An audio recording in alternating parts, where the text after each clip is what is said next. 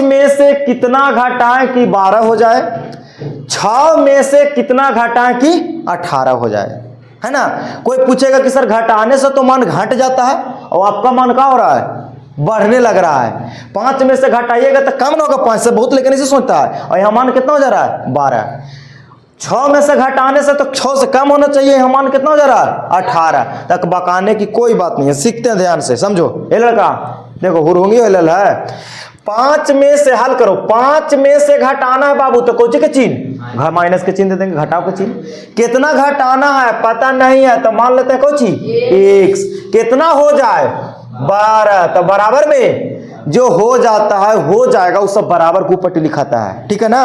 हाँ तो बोलो बोलो कैसे हल करें, तो सुनो भाई कैसे हल करेंगे।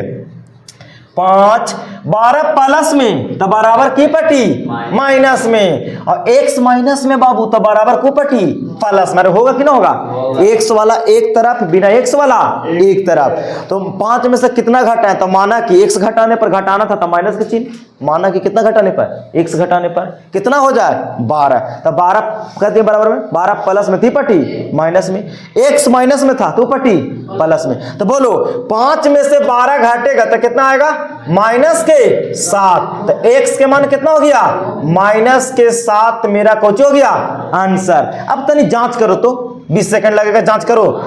5 में से घटाना है तो कौचे के चिन्ह, घटाओ के चिन्ह, कितना के चिन्ह घटाओ के चिन्ह, कितना घटाने पर माइनस के 7 घटाने पर। तो जिसको घटाना रहेगा ना उसको कुछ में रख लेंगे ब्रैकेट में। तो सही 5 में से घटा रहे हैं, कितना घटा रहे हैं -7 घटा रहे हैं, तो सच में हो जाएगा 12। देख लो कैसे, 5 माइनस माइनस प्लस और 7 है तब 7 और 7 तो 5 12 ना आ गया 12, बिल्कुल राइट। उसी प्रकार 6 में से कितना घटाने पर, तो घटाना तो माइनस मान के चलते हैं, x घटाने पर कितना हो जाए 18। तो बोलो 6 18 प्लस में ती पट्टी माइनस में, x माइनस में छोटे तू पट्टी प्लस में। तो 6 में से 18 घटेगा, छोटा में से बड़ा, तो माइनस के कितना 12, और इधर कितना x के मान आ गया -12, यही मेरा कुछ हो गया आंसर। और जांच कर लो 6 में से घटाना तो माइनस कितना घटाने पर -12, तो इसको रखेंगे ब्रैकेट में ना।